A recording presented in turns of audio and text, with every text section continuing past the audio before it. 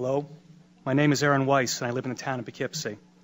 I'm a combat veteran of Iraq, and I'm also a law enforcement officer. I attended the Public Safety Committee's last meeting in regards to this resolution, but I didn't say anything because I wanted to hear what everyone else had to say. And I heard some shocking things from some people and some legislators. They said that it took a lot of courage to pass this SAFE Act. Apparently, my definition of courage differs from yours. You see, if it was really so courageous a bill and it took so much courage to pass it, then why was it done in the middle of the night when no one could see it or read it? That's not courage. That's a mafia-style sit-down and divvy up what's good for the bosses. Courage is taking the right and true course of action, not the politically expedient one. And anyone who is proud of this law must also be proud of the Patriot Act, the TSA, imprisoning Japanese citizens in World War II, since all these actions were spurred on by emotional fear and rammed through in the name of public safety. Another issue is the insistence of certain people to stand on the graves of dead children and challenge those that disagree to say it to the parents' faces. Well, I, for one, will pick up that gauntlet. First off, why is dead children your battle cry? You didn't say anything about the hundreds of Chicago children being killed, and for some reason you only scream when it happens to wealthy white ones.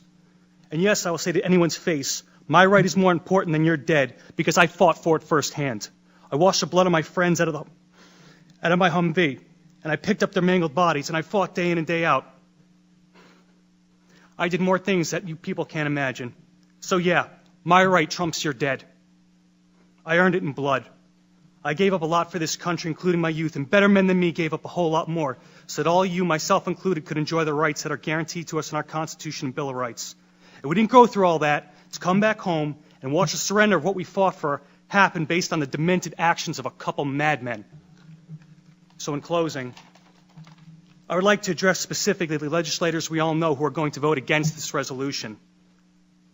I understand you will vote against this resolution based on some misguided sense of the public good. However, as a law enforcement officer, I'm curious to know about your true resolve.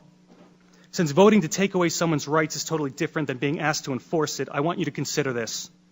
If you support the SAFE Act so wholeheartedly, are you willing to stand with law enforcement members and lead from the front to enforcement? And what I mean by that is if a constituent of yours feels so alienated by this law and the manner in which it was passed that they refuse to comply with it, are you willing to stack up on their front door and go in first?